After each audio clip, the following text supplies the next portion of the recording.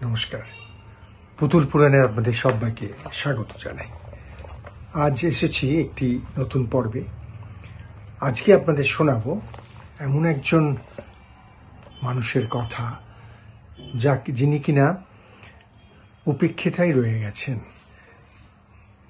বিশেষ করে এক মহান ব্যক্তিত্বের সহধর্মিণী হিসেবে থেকেও তিনি কিন্তু প্রচার বা প্রকাশের আলোয় এসে উপস্থিত হননি।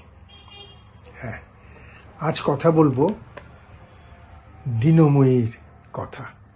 দীনময়ী, যিনি পণ্ডিত ঈশ্বরচন্দ্র বিদ্যাসাগরের স্ত্রী ছিলেন। বিদ্যাসাগর তখন 16 বছর বয়স তার। তিনি অধ্যয়ন করছেন। বাড়িতে সে সময় প্রয়োজন হয়ে পড়ল, তাই তার পিতা তার বিবাহ দেবার জন্য উঠে পড়ে লাগলেন। আপত্তি থাকলেও বিদ্যাসাগর কিন্তু না করতে পারলেন না। তার কারণ, তিনি পিতাকে যেমন ভয় করতেন তেমনি অত্যন্ত শ্রদ্ধা ভক্তিও করতেন। তিনি বলতেন পিতাই হলো বিশ্বেশ্বর আর মাতা অন্নপূর্ণা। তাই তিনি আলাদা করে দীক্ষা গ্রহণ করেননি। এমনকি বেনারসে গিয়েও তিনি মন্দির দর্শন করেননি। তার মতো একজন মানুষ, যিনি কিনা পিতামাতার প্রতি তার যে শ্রদ্ধা, তাদের যে ভগবান রূপে দেখা, এটা কিন্তু তিনি স্পষ্ট কথায় বলেছিলেন। এবার আসি সেই দীনময়ীর কথা। দীনময়ীর বয়স তখন 8 বছর। এই দীনময়ী ভট্টাচার্য, তার সঙ্গে ঈশ্বরচন্দ্র বিদ্যাসাগরের বিবাহ হল। এবং এই বিবাহ, শত্রুঘ্ন ভট্টাচার্য ছিলেন এই দীনময়ীর পিতা। তিনি চেয়েছিলেন এবং বিদ্যাসাগরের পিতাও সম্মত হয়েছিলেন, তাই এই বিবাহ। কিন্তু এই বিবাহ বন্ধনের পর বিদ্যাসাগর তার নিজস্ব এলাকায়, মানে নিজস্ব যে তার দায়িত্ব কর্তব্য, সবকিছু পালন করেও তার নিজস্বতা, স্বকীয়তা বজায় রেখেছিলেন। এই যে আমরা চৈতন্যদেবের কথা শুনেছি, তিনি সংসার শুরু করার আগেই তার প্রথমা স্ত্রী লক্ষ্মীপ্রিয়া সাপের কামড়ে মারা যান। দ্বিতীয় স্ত্রী বিষ্ণুপ্রিয়া রীতিমতো সুন্দরী হলেও তাকে তিনি ত্যাগ করে চলে যান। এই কথা আমরা সবাই জানি।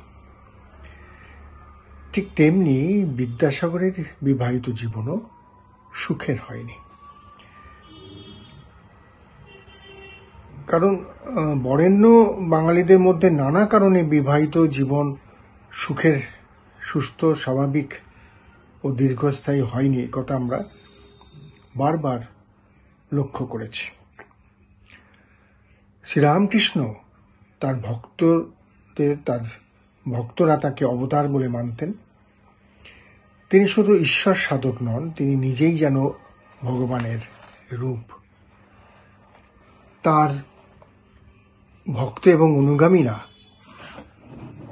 অনুগামীদের কাছে মা শারদা ভগবতী স্বয়ং, তিনিও ভগবতী। বিবেকানন্দ তাকে বলেছেন জ্যান্ত দুর্গা। অথচ এই শারদাই তার উপেক্ষিত জীবন ও যৌবন নিয়ে বারবার রামকৃষ্ণের হৃদয়ে আঘাত করে প্রতিহত হয়েছেন। সন্তান বুভুক্ষ নারী হিসেবে সরাসরি স্বামীর কাছে আবেদন করেও ব্যর্থ হয়েছেন। এ কথা আমরা জানি। এই প্রত্যুত্তরে শ্রীরামকৃষ্ণ বলেছিলেন, একদিন এত সন্তানের জননী হবে যে সামলে উঠতে পারবে না। প্রকৃতপক্ষে আমরা তাই দেখেছি। এবার দেখুন, মাইকেল মধুসূদন ও বঙ্কিমচন্দ্র চট্টোপাধ্যায়ের একাধিক বিয়ে। মাইকেলের প্রথমা স্ত্রী রেবেকা তাকে ছেড়ে চলে যান। দ্বিতীয় স্ত্রী হেনরিয়েটা কিন্তু আমৃত্যু তার সঙ্গে ছিলেন, তাকে ভালোবেসেছিলেন, তার সেবা যত্ন করেছিলেন। তার বেহিসাবি মনোভাব এবং চূড়ান্ত দারিদ্র এবং উচ্ছৃঙ্খল মদ্যপ জীবনযাপনেও তিনি কিন্তু তার সঙ্গে সব সময় ছিলেন। বঙ্কিমচন্দ্রের প্রথমা স্ত্রী মোহিনী দেবীর প্রয়াণ ঘটলে দ্বিতীয়বার তিনি বিবাহ করেছিলেন। বঙ্কিম তাকে ভালোবাসলেও রাজলক্ষ্মী দেবী কিন্তু তার ডেপুটি ম্যাজিস্ট্রেট এবং বাংলা কথা সাহিত্যের দিকপাল স্বামীর নেপথ্যে পড়ে থাকেন। মাত্র 56 বছর বয়সে তাঁর দেশ বরেণ্য স্বামীর ডায়াবেটিসের জীবনাবসান হওয়া পর্যন্ত। এই যে স্মরণীয় ব্যক্তিত্ব, এই যে ব্যক্তিত্বদের মধ্যে বিদ্যাসাগর কিন্তু একবারই বিবাহ করেছেন। অন্য কোনো মহিলার প্রতি তার আসক্তি ছিল না। তার ভাবমূর্তি প্রেম থাকলেও তা মানব প্রেম বা দেশপ্রেম, নারী প্রেম নয়। সংসার করা বলতে আমাদের সমাজে প্রচলিত যে ধারণা, যে সেই বিদ্যাসাগর সেই রকম স্ত্রী পুত্র কন্যা পরিবৃত সংসার যাপন করেননি। মাঝে মাঝে কলকাতার বাদুরবাগান থেকে মেদিনীপুরে বীরসিংহ গ্রামে গিয়েছেন। প্রতি মাসে সাংসারিক খরচের আর্থিক দায় দায়িত্ব বহন করেছেন। ছেলেকে মানুষ করার চেষ্টা করেছেন, মেয়েদের বিয়ে দিয়েছেন, বিধবা মেয়ের ভরণ পোষণের দায়িত্ব নিয়েছেন, জামাইকে প্রতিষ্ঠিত করার চেষ্টা করেছেন, আবার তহবিল তছরূপের অভিযোগে তার চাকরি খেতে হাত কাঁপেন। দীনময়ীর সঙ্গে বিদ্যাসাগরের সম্পর্ক ছিল খুবই শীতল। বিদ্যাসাগরের দুটো ভাবমূর্তির কথা আমরা জানি, একটা হলো আগুনের, অন্যটা হচ্ছে জলের। একটা ক্রোধের, অন্যটি করুণার। তিনি কার সাহেবের মুখের সামনে চটি জুতো পরা পা টেবিলে তোলেন, সগর্বে বলেন, ভারতে যে কোনো ক্ষমতাশালী জমিদারের মুখে চটি জুতোর লাথি তিনি মারতে পারেন। তিনি আবার মানুষের দুঃখে কেঁদে আকুল হন। শুধু চোখের জল ফেলা নয়, চিৎকার করে জীবনের অনেকবার কেঁদেছিল। আর সমাজ ও মানুষের সেবায় আক্ষরিক অর্থে তার দান খয়রাত কোনো সীমা পরিসীমা করা যায় না। এহেন পুরুষ সিংহ অথচ করুণাসাগর বিদ্যাসাগর কিন্তু বিয়ের আসরে বেশ মজা করেছিলেন। 16 বছরের ছেলে হলে কি হবে, ঈশ্বরচন্দ্রের তখন তো বুদ্ধিতে বেশ শেয়ানা। 16 বছরের তিনি, আর তার স্ত্রীর বয়স হচ্ছে 8 বছর মাত্র। তা আগেকার দিনে দেশাচারের অনুযায়ী বাসর ঘরে একটু বরকে ঢুকতে না দেওয়া বা কোণে খুঁজে নেওয়া হতো, কোণে খুঁজে নিতে হবে এরকম বলা হতো।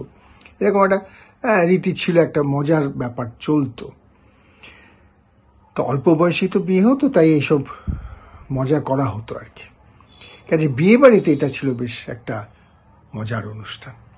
ছাদনাতলায় যাকে একবার মাত্র বর দেখেছে তাকে অনেকগুলো মেয়ের মুখের মধ্যে খুঁজে নেওয়া বেশ দুঃসাধ্য ব্যাপার ছিল। এটা আসলে বরকে বালক বরকে বোকা বানানোর একটা প্রচেষ্টা। তা বিদ্যাসাগর এই খেলা পরীক্ষা দিয়েছিলেন। বিদ্যাসাগর অত্যন্ত তৎপরতার সঙ্গে ওরই সমবয়সী একটি রূপবতী মেয়ের হাত ধরে বললেন, এই আমার কোণে। সঙ্গে সঙ্গে বিয়ের আসরে হুলস্থুল পড়ে গেল। অন্য মেয়েরা পালিয়ে যাওয়ার জন্য হুড়োহুড়ি লাগিয়ে দিল। সবাই একসঙ্গে পালাবার চেষ্টা করছে। এরকম একটা মুহূর্ত। বিদ্যাসাগর কিন্তু হাত ছাড়েননি। তিনি বলছেন, এই আমার কোণে। তা এইভাবে তখন লজ্জায় স্বাভাবিকভাবেই সবাই বিব্রত হয়ে পড়েছে। বিদ্যাসাগর একটি মেয়ের হাত ধরে রেখেছেন, তখন বললেন যে মেয়েটি তখন নাছোড়বান্দা, এই পুরুষের কাণ্ড কারখানা দেখে বাপরে মারে, মরে গেলুম রে, বাঁচাও রে, এইসব চিৎকার করছে। তা এই অবস্থায় আমাকে ছেড়ে দাও। শেষমেশ বলল আমিই কোণে খুঁজে দিচ্ছি। তো মজার পর্ব এখানেই শেষ হলো। এই যে মজার ঘটনা ঘটেছিল, দিনময়ীকে তিনি পেলেন। এরপরে উৎসবে কোনো দেশাচার বা লোকাচারে নিয়ে আর কেউ বিদ্যাসাগরকে ঘাঁটাতে সাহস পেতেন না। এই ছিল বিদ্যাসাগরের প্রখর বুদ্ধিমত্তা। সেখানে গ্রামীণ সমাজবিধি অনুযায়ী স্বামী কাজের জন্য অন্যত্র থাকলেও স্ত্রীকে শ্বশুর শাশুড়ি ও সংসারের অন্য সকলকে নিয়ে শ্বশুর বাড়িতে থাকতে হতো। তখন কিন্তু স্বামীর সঙ্গে আলাদা